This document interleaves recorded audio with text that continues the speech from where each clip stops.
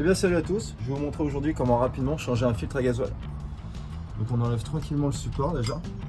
Hop, c'est tenu par 4 petites vis ici et là. Donc c'était des petites vis de 10, hein. Relativement facile à enlever. Pour ce genre d'opération, pensez toujours à vous munir de gants en latex, hein. C'est quand même du carburant, du gasoil. Et un gant ou deux en plus pour protéger le circuit lors du démontage. On va enlever les durites. Ça risque de pisser un peu.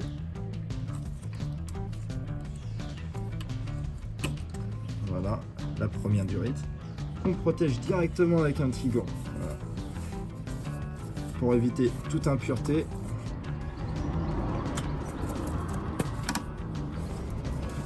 Donc voilà. Faire venir le filtre à gasoil. On le laisse s'égoutter. Le filtre est là. Donc ici on va prendre du nettoyant frein pour nettoyer, tout simplement. Ce serait bien dommage de remonter une pièce sale. Ici on a le nouveau filtre. Voilà. Petit dragon tout sympa. Je vais reprendre des gants plus propres. Donc ici, toujours travailler avec des gants propres, toujours. On travaille sur des parties de filtration qui sont sensibles. Il faut toujours être propre. On touche toujours les choses quand on a les mains propres. Bon là j'ai un peu mal mis parce qu'il fait chaud de ouf. On enlève un petit peu la paraffine de protection qu'il peut y avoir sur le petit joint. Voilà. Il était un peu blanc. Hop, je me le mets là. On va enlever l'ancien, tout simplement, comme ça. Hop, allez zou. Ça part. On essuie un petit peu le liquide de frein, le gasoil qui peut y rester dessus. On montre le nouveau filtre, le nouveau joint. Tout simplement comme ceci. Hop. Voilà.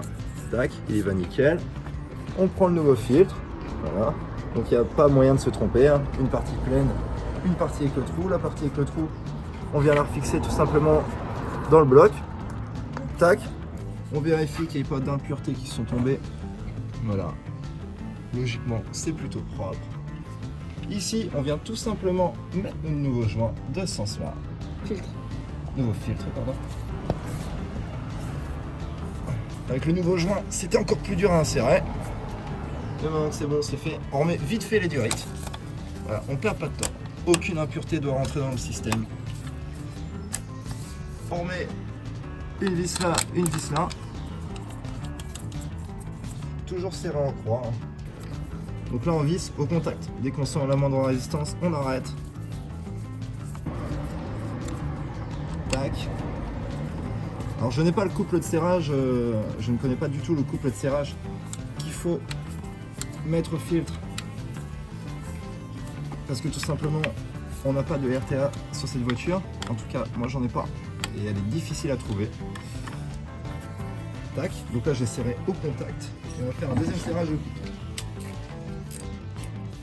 Toujours pareil, toujours en croix, afin que le joint et le serrage soient uniformes. Voilà. Et voilà. Maintenant, on peut remettre le support. On le passe ici, on le met là. Donc là, c'est un simple support, il n'y a pas besoin vraiment de se prendre la tête en remontage. On le remonte comme ça vient. Avec un ou deux coups de cliquet. Jusqu'à qu'on sente la résistance, ça suffit.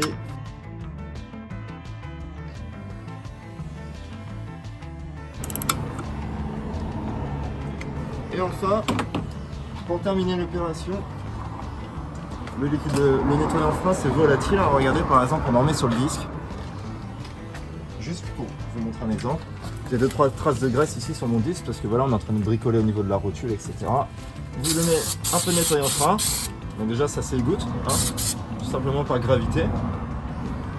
Et là regardez, vous pouvez déjà voir le frein qui sèche en direct. Car c'est un liquide volatile et qui sèche automatiquement. Quand vous avez intervenu sur une voiture comme ça, n'hésitez pas. Là vous vérifiez que les durites sont bien branchées, tout est bien serré. Ici on a les traces de gasoil. Et voilà. Et on laisse s'égoutter.